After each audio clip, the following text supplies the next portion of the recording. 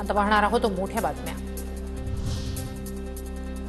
Rahul सोलापूरकरवर police योग्य कारवाई करतील, मुख्यमंत्री फडणवीसांची प्रतिक्रिया। तर राहुल सोलापूरकरच्या वक्तव्याची चौकशी सुरू, कारवाईसाठी सरकार मागे पुढे पाहणार नाही, अजित पवारांचं वक्तव्य। त्याच्यामध्ये शासनाची भूमिका नसते, पोलिसांची भूमिका असते। त्याच्यात कुठलाही एलिमेंट असेल पोलीस कारवाई करतील, नसेल तर करणार नाही। पोलीस याच्यावर योग्य कारवाई करतील। राज्यात जीबीएस आजाराचे 5 बळी, नागपुरातील 55 वर्षीय रुग्णाचा आयसीयूत उपचारादरम्यान मृत्यू, तर सांगलीच्या मिरजेत दोघांचा मृत्यू झाल्याची माहिती। तुळजाभवानी देवीच्या मुख्य गाभाऱ्यात तडे गेल्यानं चक्क जॅकचा आधार, जॅक लावलेला एक्सक्लुझिव्ह व्हिडिओ TV9 कडे, तडे गेलेल्या शेळांना काचा चिकटवल्याचा प्रकार। तुळजापूर देवीच्या गर्भगृहासह मंदिराची नव्यानं बांधणी होणार, मंदिर दुरुस्ती कार्यक्रम 15 दिवसात निश्चित होणार।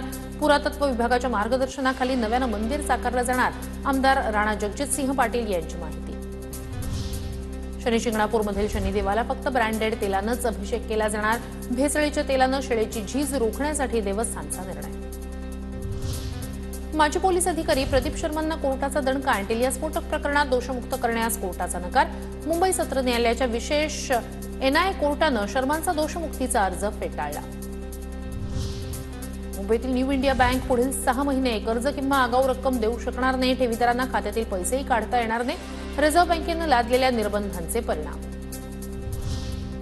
न्यू इंडिया कोऑपरेटिव्ह बँक घोटाळा प्रकरणात हितेश मेहताला अटक, बँकेतील 122 कोटी ओळखीच्या लोकांना दिल्याची हितेशची कबुली, आरबीआयच्या चौकशीत हितेश मेहताची माहिती।